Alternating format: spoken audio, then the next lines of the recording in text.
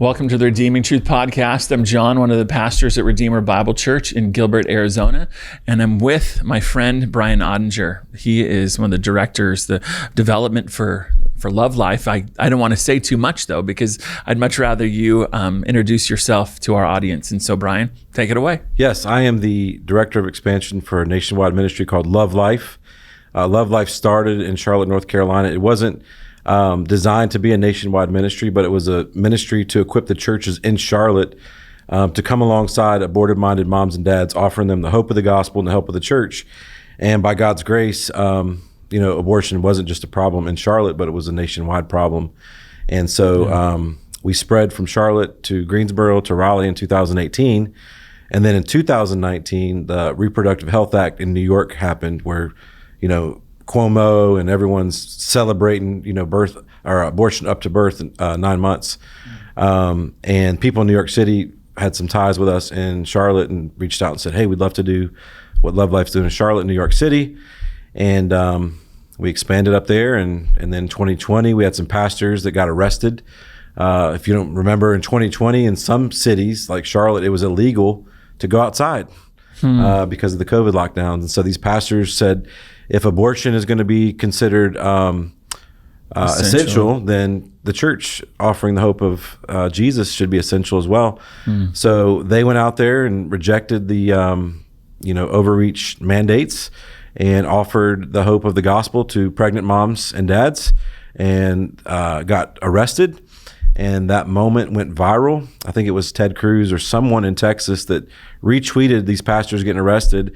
And then people from all across the nation said, we'd love to learn what y'all are doing and do that where we're at. So that's when I came on the scene. I was a partnering pastor with Love Life, but I transitioned in that time period to become the director of expansion. And since then, we've expanded to Northern California, Southern California, Washington State, Southern Florida. So really the four corners of the United States. And I could talk a lot more about this, but I'll just let you ask questions. I love that. From the four corners now infiltrating the rest of the country. Yeah, we just launched our first location in Chicago. Our city director, Juan Riesco, who is famous or infamous for Nini's Deli, Paint the Wall Black. Remember, there was a local deli owner in Chicago who was being pressured to put up the Black Lives Matter fist and kind of bow his knee to the woke mob. He refused to. And his life was threatened. His business was canceled. He had to relocate to Texas and then move back to Chicago. And now he's our city director for Love Life. So we are not only in the four corners, but we're infiltrating the Midwest. Very by God's good. Grace. So did his deli shut down for good? It did. It was the most successful deli in Chicago. 3 years in a row, it was number one on Yelp. And it was in kind of the hipster, the foodie region of Chicago. I think it was Wicker Park. And so you can imagine, food is the religion of non-Christians, and maybe for some Christians too. Try to suck in a little bit here. So every other business around him, put the fist up and all that. And his business put up a social media post that basically said, all lives matter, white lives matter, black lives matter, unborn lives matter. And it's a really cool story. 30 people showed up to his business that day to protest him. So he and his brother and his pastor got a speaker out and started preaching the gospel outside of their business. The next day, 300 people showed up, and they were spitting on him, throwing stuff at him. And then the death threats is what led him to relocate his family, basically on the run. And then he came back to open it up, and I don't know. It wasn't the right timing or whatever, but the Lord called him into Love Life. So in some ways we're happy. I'm not happy I never got one of the empanadas there, because the empanadas are supposed to be pretty amazing. So well, maybe he can make a personal one. He should. For you. Yes, he absolutely should. Because I helped him launch Love Life Chicago. There you go. So absolutely. Well, I want to have a kind of a free-flowing conversation about Love Life in particular, because I would love for our audience to understand the ministry, what you do, why you do it. And so let's start there. So what is Love Life? So Love Life is a ministry. Our mission statement is to unite and mobilize the church to create a culture of love and life that will result in the end to the abortion and the orphan crisis. And the reality is, just looking at the poster in your office, the church has been given talents. The church has been given gifts that that can speak to the issue of abortion, that can speak to the issue of moms and dads who find themselves in unwanted pregnancies. In some ways, Jesus, his own birth was an unexpected pregnancy. And so Jesus knows what it feels like to be a child in the womb who's unexpected. So it's kind of interesting. He came into the world that way. And so the church should be the front runners for calling out to these moms and dads and letting them know that, hey, it may be a sinful situation that led you here, but being pregnant is not the unforgivable sin. And as much as you're willing to walk with us, we're going to help provide for you emotionally, spiritually, financially, really just discipling them.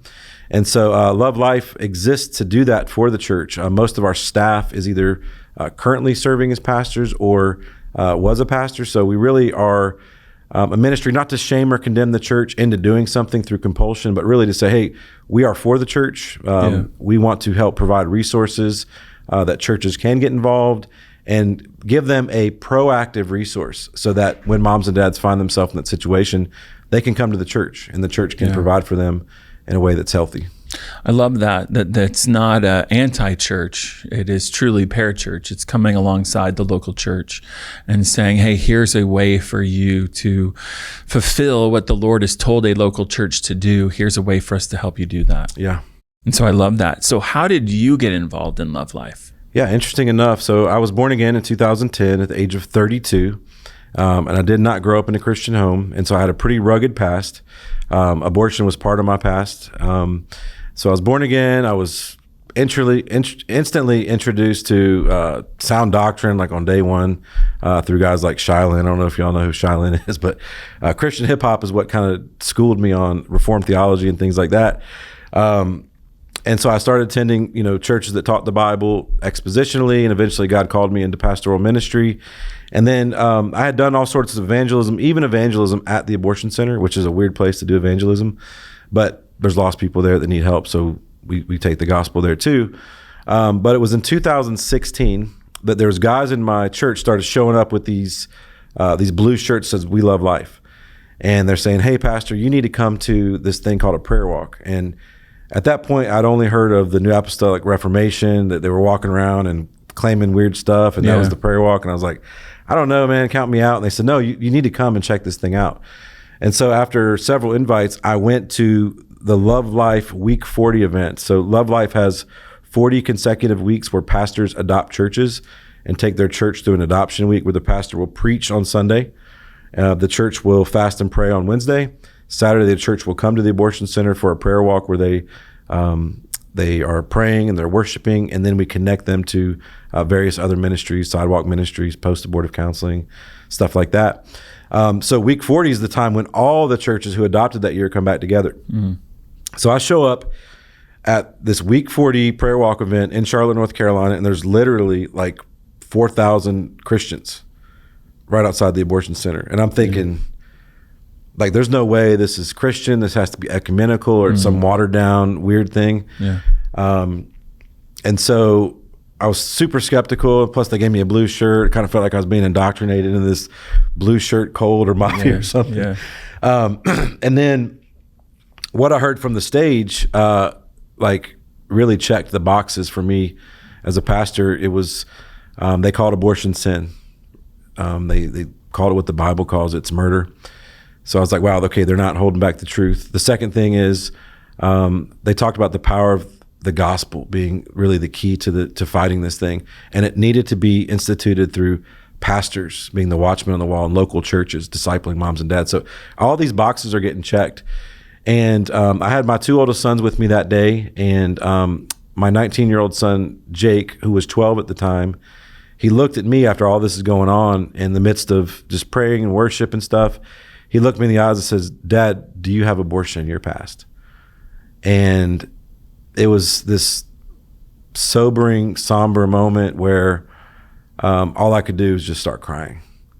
And that was the words. He's one of those kids, I don't know if you any of your kids, but if there's ever a place as I'm preaching where it could maybe get emotional, if I lock eyes with him, his eyes are going to water. Next thing you know, we're crying.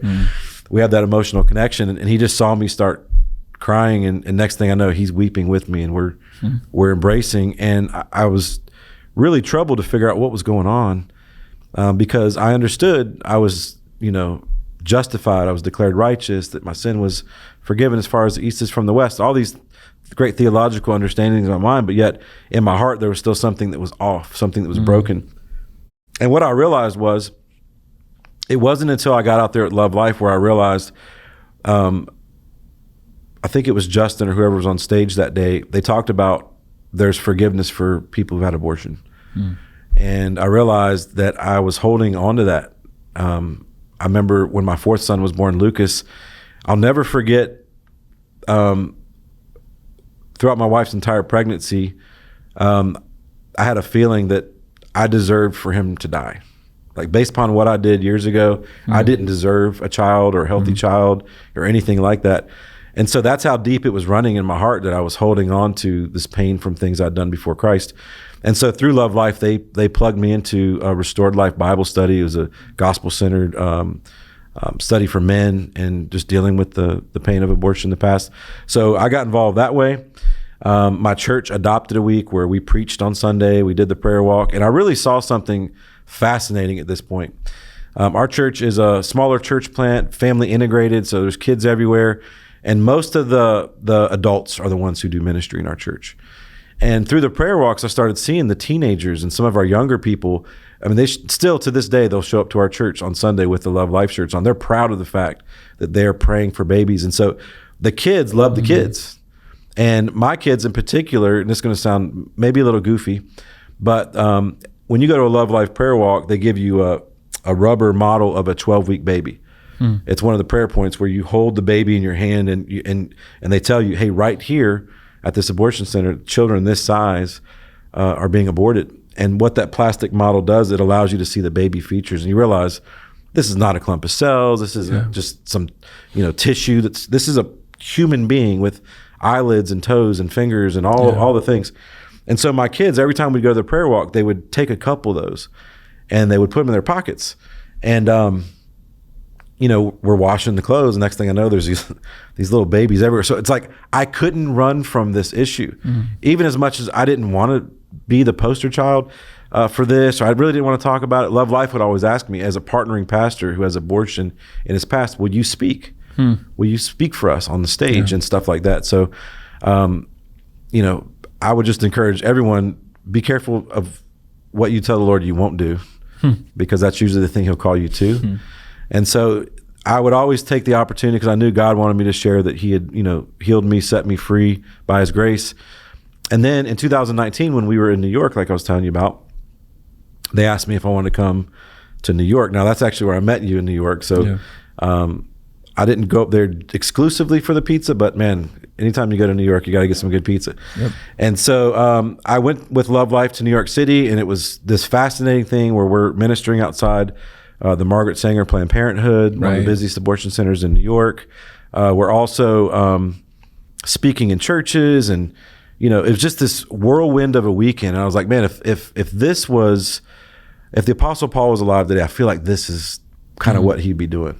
And as a church planner, that really resonated with me, just that kind of lowercase a apostolic work, breaking new ground, And so when I got back from that trip, I reached out to the founder. I said, hey, brother, if there's ever an opportunity for something like this, like, count me in. And he's like, I don't think there will be, but if there is, you're our guy. And so when 2020 happened and those guys got arrested, this door opened up for me to come on as the director of expansion, and the rest is history, man. Just getting to travel around, meet guys like you, and really get to help see the church get activated across the nation. I feel like I'm doing what I'm supposed to do, which is a great feeling. So that's awesome. Yeah. So what all does Love Life do? Well, many things. The main thing I would say is we activate churches from apathy to action. There's many churches, good, solid doctrinal churches that pastors are, pro-life in word, but not necessarily in deed. Maybe they support the care center. Maybe they preach on Sanctity Life Sunday, but really they've not given their people any practical ways to get activated. And so it's our job, it's really the pastor's job. But as a pastor, I'm helping equip pastors to activate their churches. But I would say one of the most tangible things that we're doing now, which we've been doing for a couple of years, but ever since Roe versus Wade was overturned, people were like, what are we going to do now? And say, we're going to keep doing what we're doing. We're going to keep activating churches. We believe that men and women should run two churches instead of abortion centers. And so the main way we're doing that is what we call the House of Refuge Initiative, where we're equipping churches. If a pastor says, yes, I want to help save children's lives and advance the gospel, then we're saying, Pastor, will you agree to read a statement to your church at least once a year, twice a year even, where you're clearing the air, where you let people in this congregation know, if you or someone you know finds himself in an unexpected pregnancy, this is how our church will respond. Here's what we will do, and here's what we won't do. And just reading that statement alone, we've seen multiple children saved. People that were attending good churches like ours that found out on a Friday or Saturday that they were pregnant, they had sex out of wedlock and they were ashamed, but they heard that statement read on Sunday and they said, this is the sign from God that I can't go through with this abortion. And so the pastor not only read that statement, but he'll tag someone in his church, someone that he trusts, to be the representative, because the last thing pastors need is another hat to wear. Again, most of our staff is pastors or former pastors, and so we understand that most pastors are, overworked, underpaid, poorly assisted. And so we're not trying to get them to create some new ministry. So if they'll tag a representative in their church, we will personally train that representative to proactively be able to embrace a mom who's looking for help, training them the right things to do and what not to do. And we have a really cool website called real-choices.com. And it's on the literature that we hand moms at abortion centers, but also we have some search engine optimizers that will take people to this website. If moms are looking for an abortion, it'll redirect them. So hopefully nobody hears that and cancels that out. But you got to be real creative when you're dealing with search engine optimizers. But the point is, when they get to this website, it has the hard facts about abortion, but also about their baby's features and gestational period, stuff like that. Yeah. But what's really cool is at the bottom, there's an interactive map. So depending on where she's at, if she's in Phoenix, like your church would pop up and it would have the person's contact who we've trained to receive that mom. Because we believe that while we're thankful for pregnancy care centers, while we're thankful for ministries like ours, those places shouldn't exist. Those places exist because the church hasn't done the greatest job of doing what we're supposed to do. And so we think that this is going to get solved through the church, through pastors, through the local church, through basically the Great Commission, moms and dads being discipled in this. So praise God, we get to see a lot of babies saved, but that's not the end result for us. For us, the end result is to see the kingdom advance through the proclamation of the gospel. And so that's going to happen through the church. But you said that Love Life connected you to a Bible study. So there's got to be more. There's more than what you just talked about that Love Life is involved in as well. Oh yeah, I mean, from the discipleship factor to the sidewalk outreach, to the restored life stuff, we're equipping people for foster care and adoption. One of the forgotten parts of our mission statement is to end abortion and the orphan crisis. We do see that children in the womb who are going to be aborted are orphans. Their parents are already ditching them. But we also want to be pro-life from the womb to the tomb. We want to help kids in the foster care and adoption system. Yeah. So that's a big passion of ours.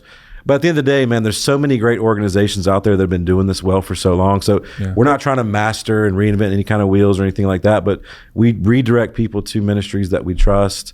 And really, at the end of the day, we are trusting God's word that it's going to be pastors and local churches who are the ones that kind of figure out what works best for them. And we're just there as an umbrella organization to fund, to fuel, to equip, to point them in the right direction, whatever it takes. Awesome. That's awesome. So how has God used Love Life in people's lives? Well, I know there's there's a lot that you could say there. So I'll just tell you, 4,800 babies have been saved since 2016. Wow. So 48 children now living that were scheduled to die. 4,800. 4,800, 4,800. I've held many of those children in my arms, and now some of them are, 5-6 years old now. Yeah. It's equipped me personally. It's given me kind of, we were talking earlier about what gives you life and kind of working personality genius test. To see my church get activated, to see the church get activated, like, I don't know what else more I would want to see. We've seen dying churches come to life.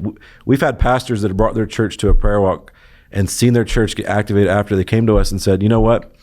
They said, we were a different church after we came to the prayer walk. And I think the reality is, in Acts 1:8, Jesus says that the Holy Spirit indwells us to be witnesses for him. Yeah. And so most Christians, like all Christians, if you're really truly born again, have the Spirit of God, and it's just he's laying dormant. They're not testifying. And I'll tell you, there's no weirder place to be than standing outside of an abortion center. Like, that's a place where when you go out there, there's a couple things that are going to happen. You're going to be spiritually attacked. Your flesh is going to flare up. Like, you're not going to want to be out there. In Charlotte, we have people constantly mocking and ridiculing, calling us names, kicking feces and stuff on us. It's a horrible place. And like, you're going to want to respond. So God's going to grow you spiritually. You're going to be attacked spiritually, but also babies are going to get saved, and moms and dads are going to come into the kingdom of God. So to see that and be a part of it, I'm the kind of guy who likes to cut my grass at home because I like to see instant results. And so no knock on any pastor in any ministry, because that's super hard work, and it's great work. But most of my pastoral ministry was, discipleship and working with people through issues, which again, it's great. And I love that. But man, I get to see literal human beings who are scheduled to die, who are now walking, talking, breathing, worshiping the Lord, praying. It's like, man, 5 years ago, her mom was scheduled to abort her. And now she's praying and worshiping this little baby Izzy, that she's just beautiful. She's on one of our brochures. I'll send you a link. You can show people. But well, tell me about that. If people are watching this now and they want to know more about Love Life, how do they figure it out? What do they need? Yeah, lovelife.org is the website. Lovelife.org/America is kind of my realm. That's where I help equip churches outside of our normal 19 cities. So any church anywhere can do anything. If you're in Alaska, if you're in Montana, if you're in Phoenix, every church can become a house of refuge church. Our goal is not to make Love Life look good, but for Jesus to kind of flex his, strong arm across this nation. And doing that through, welcoming people into the family of God. We want to see churches across denominational lines say, we may not agree on everything tertiary, but singularly, like, we love Jesus. We affirm the scriptures. We agree that he loves life, and life is precious to him, and we're going to stand up for that. And so if anybody is watching this and they want to get involved, I would encourage them to go to lovelife.org. I would encourage them to become a house of refuge church. It's really not that hard. We've kind of removed all the obstacles. It's just as simple as like reading a statement if you want to. I mean, I'm not even dogmatic about that. Churches like yours are already doing great work anyways, but some churches, it's helpful. Even our church that did a lot of missionary work at abortion centers, when I read that document, that House of Refuge document, I found it to be super helpful. People from our congregation came up and thanked me for reading that. We said, we knew where we stood, but we didn't understand how to articulate it. And just a real quick story is, I was out doing evangelism with a younger guy in our church, and we were talking to a guy on the street. We're witnessing, we pass out Bibles. And as the guy was walking away, this guy, Andrew, in our church, he just said, hey man, real quick, if you or someone finds himself in unexpected pregnancy, we want to give you this information for our church, and they can come here to our church and we'll help them. And I was like, that was it. Like, I didn't tell him to do that. Because I read that statement, he knew that our church was a safe place. So a lot of times it's not just standing against something, but it's like, what are we actually standing for? John 10:10, Satan comes to kill and destroy, but Jesus comes to give life and give it abundant. And so a lot of times, in the anti-abortion or even pro-life, we focus on the vile, the murder, and again, that stuff is what it is. I'm not trying to sanitize that, but Jesus comes to give life and give it abundant. So we want to hold up high that Jesus is a God of grace and a God of mercy. He can forgive people who had abortion in their past, but ultimately he doesn't want them to ever choose abortion. And the church needs to show up. The church needs to be proactive. And we're just giving them an outlet and a resource to do that. So say the website again. Lovelife.org. Be careful Googling Love Life. I'll just tell you. There's been some weird stuff at times people have showed us. Lovelife.org. And from there, you can click on Love Life America. But the House of Refuge thing, that's really, for me, that's the bread and butter as a pastor. I'm like, every pastor should do it. If you got questions about it, you can reach out to me. My email is Brian, Brian, @lovelife.org. I would love to come alongside you guys, equip you. Anybody can do it, and it should be done. It's actually command in Scripture that we're supposed to rescue those being led away to the slaughter. So, thanks for the opportunity, man. Yeah, man. Thank you for your time, and thank you for what you're doing. Thank you for the way you're mobilizing the church on an issue that is so incredibly important in our time. And so really appreciate it. Yeah, man. Thank you. Yeah, absolutely. So I hope that was helpful. And if that was helpful, if you enjoyed it, please like, please share, please subscribe. The more you share a video like this, the more that the content gets out. It overcomes the algorithms and more people can find out about Love Life, Redeeming Truth Podcast, and the other ministries of Redeemer Bible Church. And so thanks for watching. See you next time.